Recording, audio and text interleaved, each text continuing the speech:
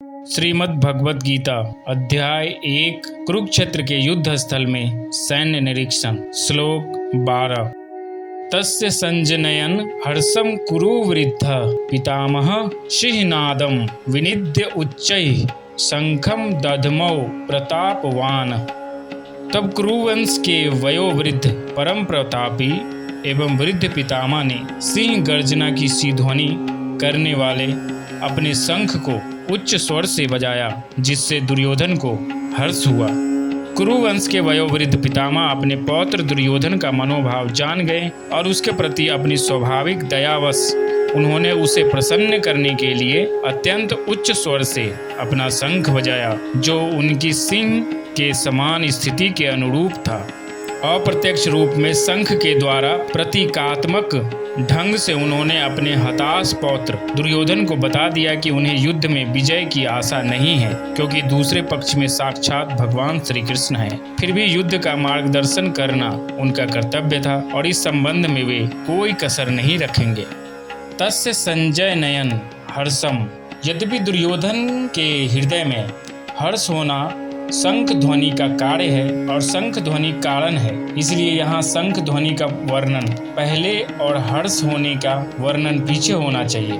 अर्थात यहाँ शंख बजाते हुए दुर्योधन को हर्षित किया ऐसा कहा जाना चाहिए, परंतु यहाँ ऐसा न कहकर यही कहा है कि दुर्योधन को हर्षित करते हुए भीष्म जी ने शंख बजाया। कारण कि ऐसा कहकर संजय यह भाव प्रकट कर रहे हैं कि पितामह भीष्म की शंख वादन क्रिया मात्र से दुर्योधन के हृदय में हर्ष उत्पन्न हो ही जाएगा।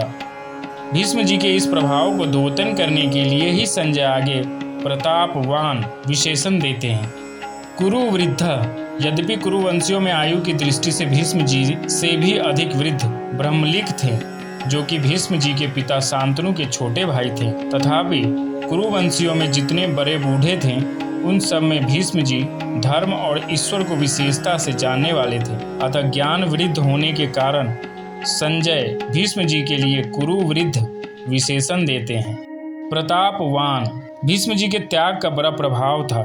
वे कनक कामिनी के त्यागी थे, अर्थात उन्होंने राज्य भी स्वीकार नहीं किया और विवाह भी नहीं किया। भीष्म जी अस्त्र शस्त्र को चलाने में बड़े निपुण थे और शास्त्र के भी बड़े जानकार थे। उनके इन दोनों गुणों का भी लोगों पर प्रभाव था। जब अकेले भीष्म अपने भाई विचित्र वीर्य के लिए काशी राज्य की कन्याओं को स्वयंवर से हरकर ला रहे थे, तब वहां स्वयंवर के लिए इकट्ठा हुए सब क्षत्रिय उन पर टूट पड़े, परंतु अकेले भीष्म जी ने उन सबको हरा दिया।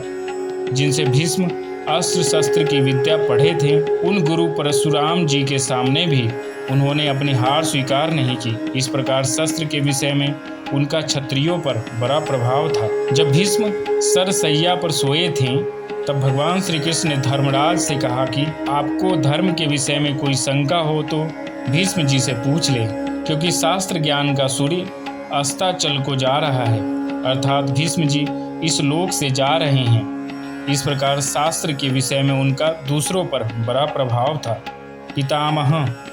इस पद का आशय यह मालूम देता है कि दुर्योधन के द्वारा चालाकी से कही गई बातों का द्रोणाचार्य ने कोई उत्तर नहीं दिया। उन्होंने यही समझा कि दुर्योधन चालाकी से मेरे को ठगना चाहता है, इसीलिए वे चुप ही रहे। परंतु पितामह होने के नाते भीष्म जी को दुर्योधन की चालाकी में उसका बचपना दिखता है। अतः पितामह भीष्म द्रोणाचार्य के समान चुप न रहकर वात्सल्य भाव के कारण दुर्योधन को हर्षित करते हुए शंख बजाते।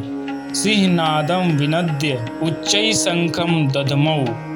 जैसे सिंह के गर्जना करने पर हाथी आदि बड़े बड़े पशु भी भयभीत हो जाते हैं, ऐसे ही गर्जना करने मात्र से सभी भयभीत हो जाएं और दुर्योधन प्रसन्न हो जाए। इसी भाव से भीष्म जी ने सिंह के समान गरजकर जोर से शंख बजाया। दुर्योधन के साथ द्रोणाचार्य का विद्या का संबंध था और भीष्म जी का जन्म का अर्थात कौटुंबिक संबंध था। जहाँ विद्या का संबंध होता है वहाँ पक्षपात नहीं होता, पर जहाँ कौटुंबिक संबंध होता है वहाँ स्नेहवश पक्षपात हो जाता है। अतः दुर्योधन के द्वारा चालाकी से कहे गए वचन सुनकर द्रोणाचार्य चुप रहे, जिससे दुर्योधन का मानसिक उत्साह भंग हो गया। परंतु दुर्योधन को उदास देखकर कौटुंबिक स्नेह के कारण भीष्म जी शंख बजाते हैं।